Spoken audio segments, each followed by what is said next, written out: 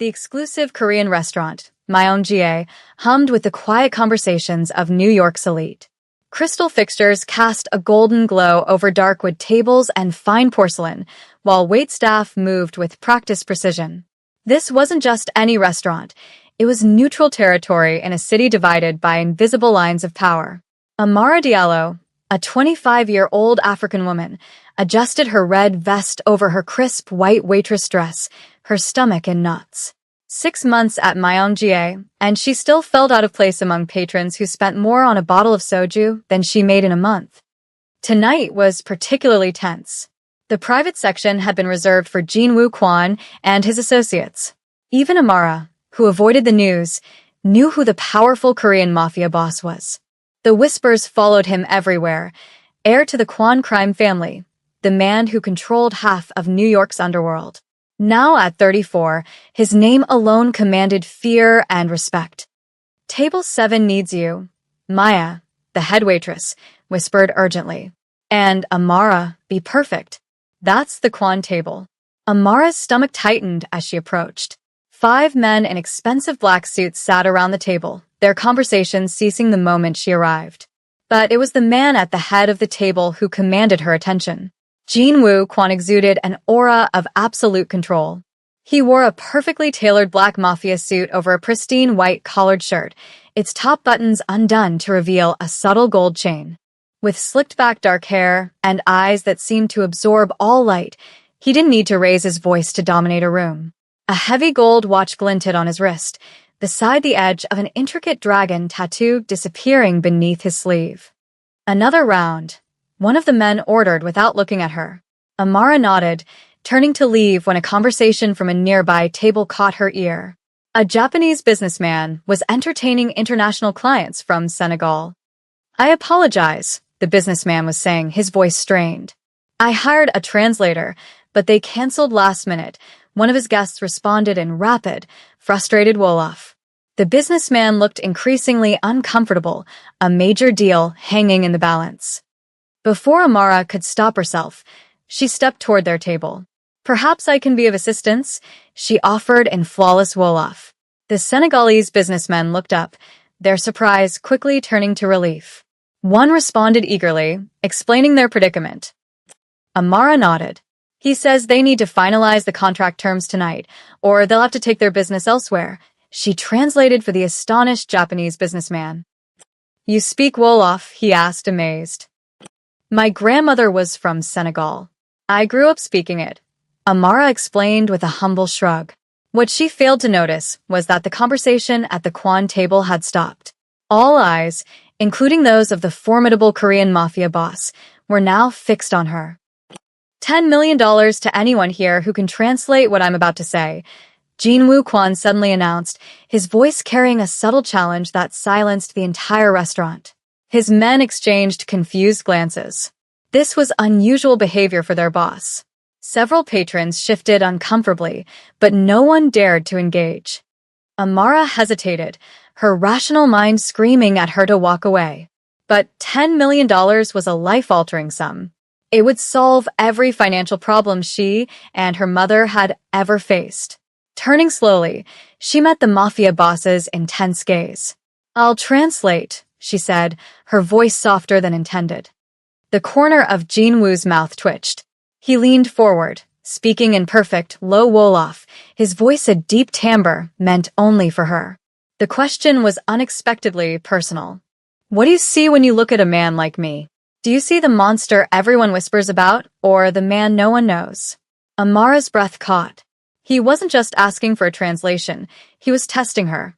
"He asked what I see when I look at a man like him." She translated carefully for the room.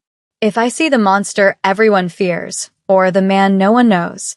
A flicker of surprise crossed Jin-woo's features before his expression settled back into careful neutrality. "And what's your answer?" he asked, switching effortlessly to English. The question hung in the air, charged with unspoken meaning. Amara should have been intimidated, but she met his gaze steadily. "I don't see either yet," she replied truthfully. "I don't know you well enough to see the man, and I make a point not to believe rumors about monsters." A beat of silence followed. Then, Jin-woo Kwon did something that shocked his men. He laughed, a genuine, deep laugh that momentarily transformed his severe face. "Bring us another round," he said, dismissing her with a nod. "And the 10 million is yours. I'll have it delivered." Amara returned to her duties, feeling his eyes on her for the rest of the evening. By closing time, the Kwan party had left. As Amara wiped down tables, Maya approached, her face pale. "What did you say to him?" she whispered. "He left this for you."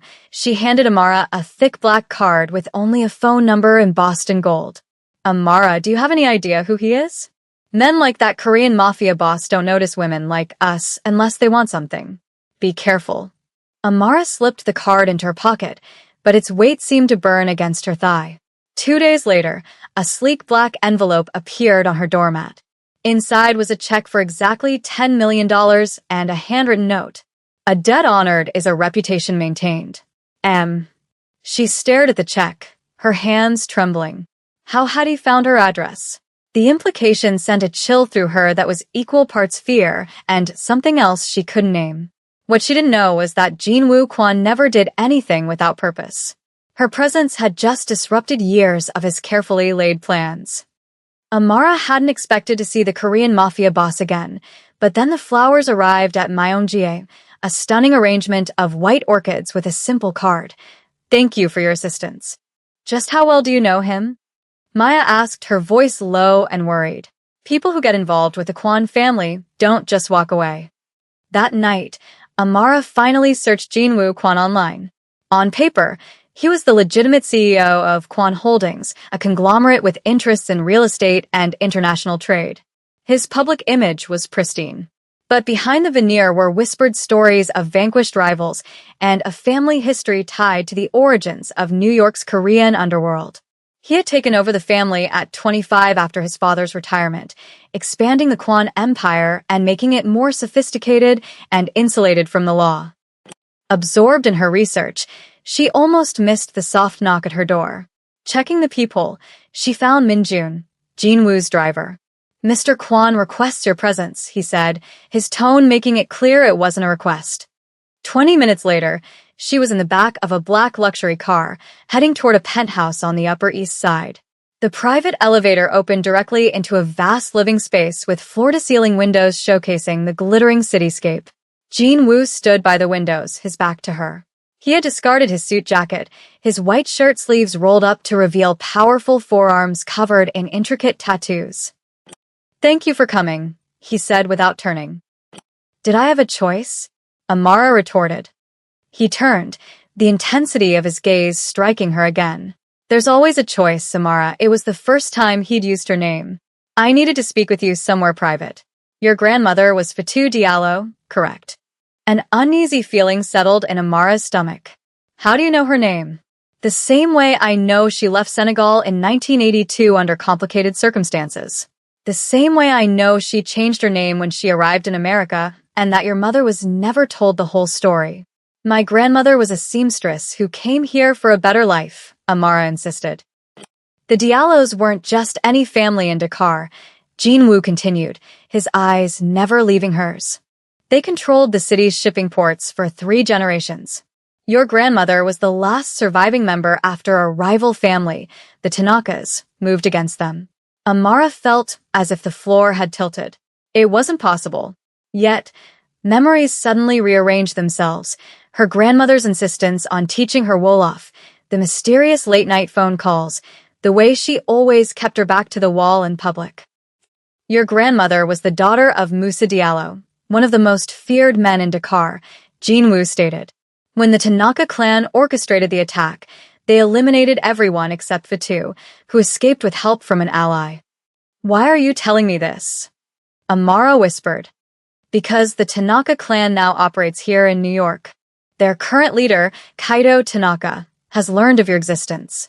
And your existence complicates things." "Complicates what?" "Territorial agreements, legacy claims, old blood debts. The old families have long memories, Amara. Whether you like it or not, you're part of that history now." A chill ran through her. "Are you saying I'm in danger?" "I'm saying that knowledge is protection," Jin-woo replied, his expression unreadable. And that you now have my attention. His attention could be a shield or a sentence. I don't want any part of this world, Amara said firmly. Unfortunately, you've been recognized. So, what do I do? You let me help you. Why would you help me? Our families have no history. My grandfather and yours were business associates, Jean Wu said, a surprising revelation. They maintained a mutually beneficial arrangement for decades. My family owes a debt of honor to the Diallo name. Before Amara could respond, Jean Wu's phone chimed. His expression hardened. We have to go. There's a situation. What kind of situation? The kind that makes knowing who you are even more important right now. He retrieved his black suit jacket. Minjun will take you home. Stay there. Don't answer your door unless it's me. He paused, reaching out and brushing his fingertips against her cheek. The touch was so light it might have been imagined. Good, he said softly. Fear keeps people alive in my world. Back in her apartment, sleep eluded her. The next day, restlessness drove her to her mother's house in Queens, where boxes of her grandmother's belongings were stored in the attic. Beneath layers of clothing in an old trunk, Amara found a false bottom. Inside was a small leather-bound journal, a tarnished silver locket, and a yellowed envelope. The journal was written in a coded Wolof. The locket held a photo of a handsome young man. But it was the envelope's contents that made her blood run cold.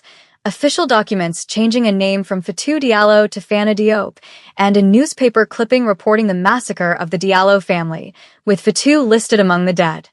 Her grandmother had faked her own death.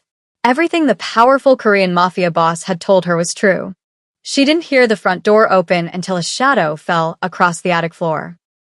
I told you to stay in your apartment, Jean Wu said from the doorway, his voice tight with anger. How did you find me? I have people watching you. Normally, she would have been outraged, but now she could only stare at him.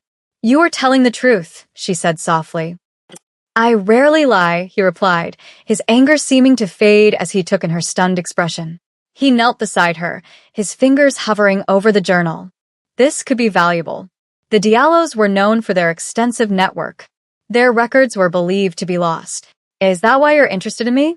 For my grandmother's information? His eyes met hers, surprisingly earnest. That's part of it. But not all. He reached out and brushed a strand of hair from her face. You intrigue me, Amara Diallo. You carry yourself with the innate confidence of your bloodline. Before she could retort, his phone rang. His expression darkened. We need to leave. Now. What's wrong? Someone else has connected the dots. Kaito Tanaka. He's the one whose family orchestrated the hit on yours. And now he's in New York. What does he want with me? To finish what his grandfather started, Jean Wu said grimly. Or to use you as leverage against me. Either way, you're not safe here. I need to warn my mother. Your mother is already being watched by my men, he cut in. The safest thing you can do for her is to come with me now, torn between instinct and his undeniable logic. Amara hesitated. How do I know I can trust you? My family is bound by an old promise to yours, he said, extending his hand. For now, we need to leave. Against her better judgment, Amara placed her hand in his. His fingers closed around hers, warm and strong. A black SUV idled at the curb. This is Kai, Jean Wu said, indicating a man in the passenger seat. He'll be part of your security detail. Where are we going? She asked as the city gave way to the lush greenery of upstate New York. One of my properties. It's secure, remote, and not publicly connected to me. 2 hours later, they arrived at a modern glass and stone house built into the landscape. My mother designed it, Jean Wu said with a hint of softness. She believed that power didn't need to announce itself. Inside, he showed her to a suite in the East Wing. There are clothes in the closet. My assistant guessed her size. Jean Wu, she began, using his first name without thinking. What happens now? Now you stay here where it's safe while I deal with Kaito Tanaka, he replied. Your mother believes you've taken a leave of absence for a wellness retreat. Your job will be held for you. As for your life, he paused, that depends on what we learn from your grandmother's journal. Alone in the suite, Amara turned to the journal. The code was complex, but she recognized patterns from a secret language her grandmother had taught her as a child. Hours passed as she pieced together the truth of Fatou Diallo's life, her position in a powerful family, a forbidden romance, the betrayal that led to her family's destruction, and her harrowing escape with the help of an unnamed ally from the Kwan family. The final entry contained a warning. If you are reading this, it means our enemies have found you. Trust no one except those who bear the mark of the dragon. The Kwan dragon is bound by a blood oath to protect the last of the Diallo line. This is a debt that transcends generations. Amara stared at the words, then thought of the dragon tattoo she'd glimpsed on Jinwoo's forearm. She had lost track of time when a housekeeper knocked. Mr. Kwan asked me to check if you would like dinner. She found Jinwoo in the dining room, working on a laptop. He looked up, a flash of relief in his eyes. I wasn't sure you'd join me. I found something, she said, taking a seat. My grandmother wrote about a blood oath. A dragon mark, like the one you have. Jinwoo was silent for a moment, then slowly rolled up his left sleeve to reveal the tattoo in its entirety, an intricately detailed dragon coiled in protection over what Amara now recognized as the Diallo family crest. The oath was taken by my grandfather, he explained quietly. Your great-grandfather saved his life. In return, he swore that the Kwans would always protect the Diallo bloodline. He rotated his arm to show a date tattooed beneath the dragon, the day they had met at Myeongjie. When I realized who you were, I added this. A reminder of when my obligation began. So all of this, it's just about honoring an old promise? His eyes darkened. Initially, yes. And now he held her gaze. Now it's more complicated. The air crackled with a tension that had nothing to do with family history. You hardly know me, she said softly. I know enough, he countered. I know you're brave enough to look me in the eye. I know you're loyal enough to worry about your mother's safety before your own. I know you're intelligent enough to decipher a code that has stumped experts. He reached across the table, his fingers stopping just short of hers. And I know that when I'm with you, I feel something I haven't felt in a very long time. What's that? Amara whispered. Possibility, he answered simply. Before either could act on the building tension, his phone vibrated. His expression hardened. Kaido Tanaka has made contact. He's requesting a meeting. What does that mean? It means he's willing to negotiate. His eyes were cold and calculating once more. He's offering terms. What kind of terms? His jaw tightened. A marriage alliance. Between you and his son. Amara's stomach dropped. That's medieval. It's business. Jinwoo corrected, though disgust laced his tone. He's trying to legitimize his claim to former Diallo assets by binding your bloodline to his. And if I refuse, then we move to less civilized methods of conflict resolution. Amara pushed away from the table. This is insane. I can't be bartered away. Jinwoo rose, his presence filling the space between them. No one is bartering you. I won't accept his terms. Why not? Isn't that the simplest solution? A dangerous glint appeared in his eyes. Because you're under my protection, he stepped closer, his hand coming up to cradle her face with surprising gentleness. And because the oath I honor gives me the right to refuse any claim on your behalf. And what if I decided to accept? She challenged. You won't, he said with absolute certainty, his thumb tracing the line of her jaw. You won't surrender to threats. It's not in your nature. Their faces were inches apart. Jinwoo, she breathed. He answered by closing the final distance, his lips capturing hers in a kiss that was both fierce and consuming. His arms enveloped her, strong and secure. This was madness. He was a dangerous Korean mafia boss, a man from a world she was only beginning to comprehend. But in that moment, none of it mattered. When they finally broke apart, both breathing heavily, a raw vulnerability shone in his eyes.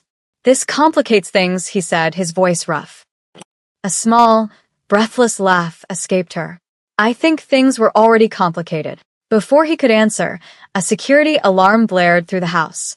His expression transformed instantly, all tenderness replaced by cold calculation. Stay here, he ordered, moving toward the door and drawing a gun from inside his jacket. What's happening? His eyes met hers one last time. It seems Kaido Tanaka wasn't as interested in negotiating as I thought. Time lost all meaning in the windowless panic room where security had taken her. Hours later, the heavy door hissed open. Jinwoo stepped inside, his pristine white shirt spotted with blood and a bruise darkening his jaw. "Are you hurt?" she asked, rushing to him. "It's not my blood," he replied flatly. "Kaido sent men to extract you. They failed." The clinical statement sent a chill down her spine. This was the Jinwoo Quan the world feared. "They've been handled," he said simply. "We need to move you. This location is compromised." The journey back to the city passed in silence. His penthouse was a fortress, occupying the top 3 floors of a building he owned. "Try to rest," he told her, showing her to a guest suite. "We'll talk in the morning," but rest was impossible. Dawn found her watching the city wake up.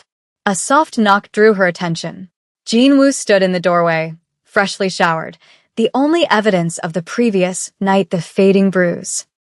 "We need to discuss our next steps," he said, maintaining a careful distance. "Our next steps. It became your fight the moment Kaido learned of your existence. You're a Diallo, and that name still carries weight." He paused. "I've called a meeting of the syndicates. The first full council in over a decade. Kaido has violated our peace accords. He will be held accountable." "Like in the movies?" Amara asked, stunned. "That's a real thing." A ghost of a smile touched his lips. "The council operates as a governing body. Your family will be formally recognized as under Quan protection. So, I just sit here while my fate is decided by a room full of men? This is how our world works, Samara," he said, his voice gentler than his words. He moved closer, the heat of his body at her back. "You adapt. You learn the rules, then you figure out how to bend them. It's what your grandmother did." She turned to face him. "Is that what you do?" "I do what's necessary to protect what's mine." The possessive word hung between them. "I'm not yours," she said, though the words lacked conviction. He reached up, his fingertips tracing the line of her cheek. "Aren't you? The moment you accepted my help, something changed." He slid his hand to the nape of her neck. "The council meets tonight. I need to know you'll stay here where it's safe. And after? Then we figure out what this is between us." It was a promise of possibility. Amara nodded slowly. "I'll stay." The day passed with Amara poring over her grandmother's journal. The entries painted a picture of a betrayal from within the Diallo family, sold out by someone close to them. The journal hinted it was Fatu's own fiancé, a man from a neutral family secretly aligned with the Tanakas, a man whose surname was eerily similar to Kaido Tanaka's mother's maiden name. Just as she was about to share her discovery, the housekeeper, an older woman named Mrs. Choi, appeared. "Mr. Quan asked me to inform you that the council meeting has been moved up. He's already left." "Where is it being held?" Amara pressed.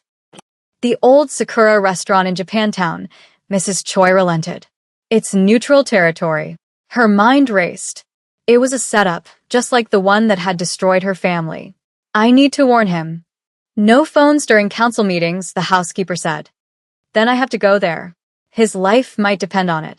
Something shifted in Mrs. Choi's expression. "The service elevator," she said quietly. "The guard there is new." 20 minutes later, Amara was in a taxi. The restaurant was closed for the evening. As she hesitated across the street, a black car pulled up. Kaido Tanaka emerged, followed by an elderly man who matched the faded photograph in her grandmother's locket, the man who had betrayed her family. This was an ambush decades in the making. Suddenly, a hand clamped over her mouth. "Don't scream," a woman's voice whispered. "I'm here to help." Amara turned to face an elegant woman in her late 50s. "Who are you?" "Sun Hee Kwan," the woman replied. "Jinwoo's mother." "He said you were in Seoul." A smile curved Sun Hee's lips. "My son likes to think he knows where everyone is." Her expression turned serious. "Now, tell me why you're here." Quickly, Amara explained her discovery. "History does indeed repeat itself," Sun Hee said, her face hardening. "Come with me." She led Amara through a hidden passage into an old office above the restaurant. Through a vent, they could hear the meeting below. "The Quan family harboring a Diallo without council approval violates our agreements," Kaido Tanaka was saying. "The reemergence of an heir falls under legacy protection," Jinwoo's controlled voice replied. The elderly man, Kenji Tanaka, Kaido's grandfather and the architect of the Diallo massacre, spoke next. Perhaps this calls for a traditional resolution, a union between families to restore balance. There will be no union, Jin Woo's voice scraped back. The Diallo heir remains under Quan protection. Any move against her is an act of war. The tension was palpable. Suddenly, the meeting room door burst open and armed men flooded in. Federal agents. Everyone on the ground. In the chaos, Sun Hee pulled Amara away. We need to leave. My son can handle himself. They retreated through the passage as sirens wailed. Sun Hee took her to a small, private apartment. Someone tipped off the authorities, she explained. And I have a strong suspicion who it was. Jin Woo, Amara breathed. My son plays a long game, Sun Hee confirmed. Kaido has been under federal investigation for months. This meeting was the perfect trap. The authorities have nothing on Jin Woo that will stick, but Kaido's operations are less insulated. Soon after, a knock sounded. Sun Hee opened the door to reveal Jin Woo, his expression thunderous until his eyes found Amara, flashing with relief before hardening into anger. You were supposed to stay at the penthouse. If I had, Amara replied calmly, you would know that Kenji Tanaka was the man who betrayed my grandmother's family 60 years ago. Jin Woo's gaze flickered to his mother, who nodded. Some of the tension left his shoulders. Kaido Tanaka has been arrested on multiple federal charges, he informed them. His organization will be in chaos for years. Kenji avoided arrest, but his influence is gone. I made sure certain evidence found its way to the right federal agents. He had not only neutralized a threat, but consolidated his own power. You risked a lot, Amara observed. His eyes met hers. Some things are worth the risk. 6 months later, Amara stood at the windows of their penthouse, watching snow fall over Manhattan. So much had changed. The Tanaka clan was dismantled. Kenji had retreated to Japan in disgrace. And Amara had found her place in this new world. Penny for your thoughts. Jin Woo's voice came from behind her, his arms encircling her waist. Just reflecting, she said, leaning back against him. No regrets. The first guests will arrive soon, he reminded her. Tonight, they would officially introduce the long-lost Diallo heir to their society and announce their engagement. His hand found hers, his thumb brushing over the antique ring that had belonged to his grandmother. Are you ready for this? The past months had been a gradual integration into his world. She had been surprised to find that parts of it felt natural, as if some hereditary memory was dormant within her. I'm ready, she assured him. The gathering was small and exclusive. Amara greeted guests with a newfound confidence, no longer the uncertain waitress, but a woman coming into her own. Her mother was there, deep in conversation with Sun Hee. Explaining everything had been a challenge, but her mother had admitted to suspecting parts of the story for years. Later, with Amara at his side, Jin Woo formally declared their engagement and her recognition as the legitimate heir to the Diallo legacy. He announced that the territories once held by her family would be restored under joint Quan Diallo administration, with profits directed to a foundation in Musa Diallo's name. It was a brilliant move, framed as historical justice rather than a power grab. When the last guest had departed, Jin Woo led her to the terrace. When I first met you, he said quietly, I asked what you saw when you looked at me. Amara turned, framing his face with her hands. I see you, she said simply. All of you. The leader, the protector, the man who loves with an intensity that matches everything else he does. He turned his head to press a kiss into her palm. Not everyone could accept both sides. Not everyone understands what it's like to have a dual heritage, she replied. The waitress and the Diallo heir. We both lived in two worlds. Now we've created our own. Something new from something old, Jin Woo observed, drawing her closer. As the snow fell around them, Amara kissed the Korean Mafia boss who had pulled her into his dangerous world and found himself transformed by her. The monster and the man, the waitress and the heir, all parts of who they were, now intertwined in a future neither could have imagined, a future they would navigate together.